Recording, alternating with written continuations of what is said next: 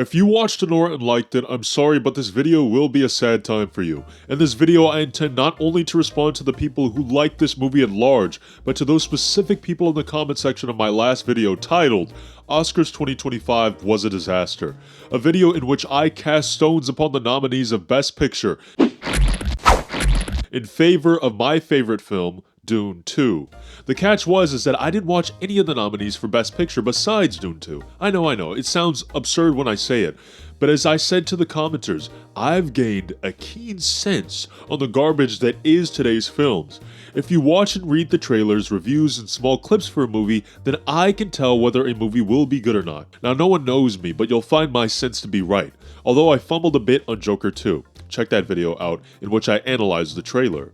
The music and cinematography were fire though. I was, in so many words, told not to judge a book by its cover and that Anora was actually quite good. So I promised the commenter that I would watch it, and I did. The following video will be about why after watching Anora, I can now say with even more confidence than before that Anora absolutely did not deserve Best Picture and Mikey Madison did not deserve Best Actress. No work ethics, lazy, stupid. I don't understand. I've been working since I'm 16 years old. I offer up the first reason why this film should not have been an Oscar winner, and that is time. The film drags out sequences mind-numbingly and have all the evidence to back this up. The first 45 minutes of this Oscar-winning film is nothing but certified gooner material. It almost feels like a humiliation ritual for Mikey Madison.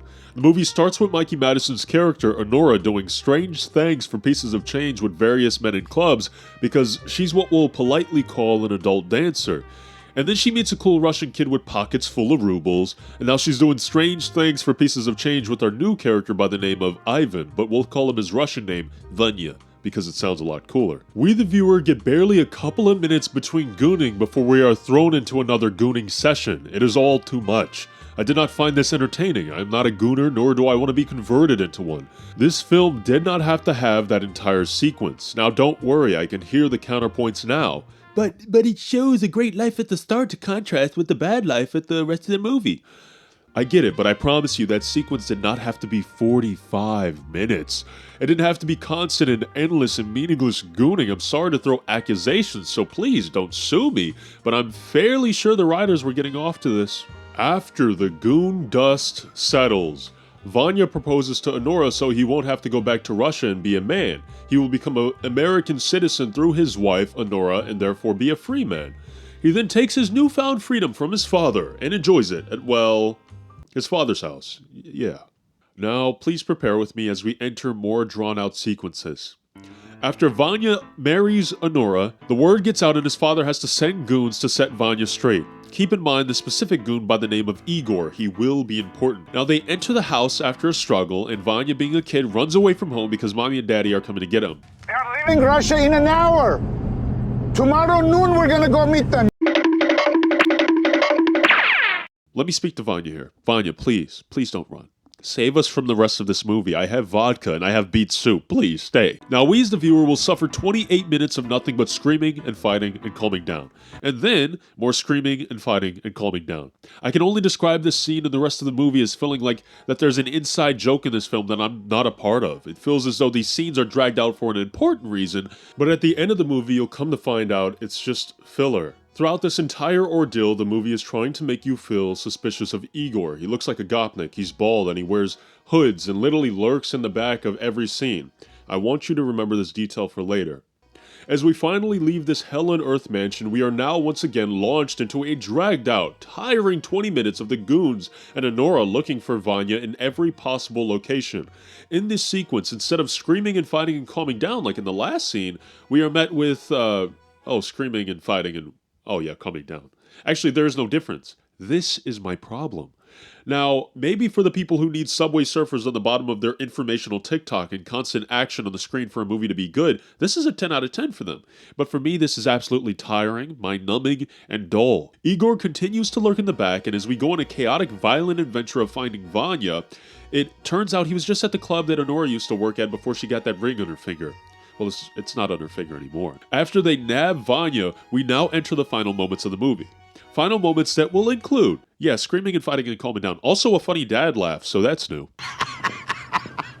From when Vanya is found in the club to the divorce, it is 25 minutes of all the same stuff. Guys, keep in mind, this movie won Best Picture, okay? Now we come to the final part of the movie. The part of the movie that everyone thinks is so amazingly profound. Guess what, guys? The Gopnik, hood-wearing bald Russian is actually just a normal guy. Yeah.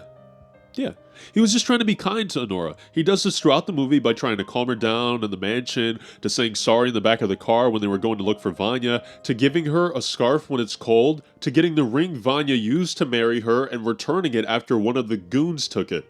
Turns out he's not a creep like the guys Anora is used to, and she finds this out after trying to initiate her grind sequence upon our poor Russian boy and him pretty much not being seriously into it. She then cries in his chest, and the movie ends.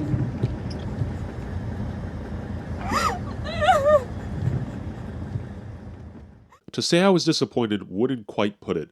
When the screen went darker because the credits were playing, I saw my reflection on the TV and I thought to myself, how did I get tricked by my own viewers into watching this?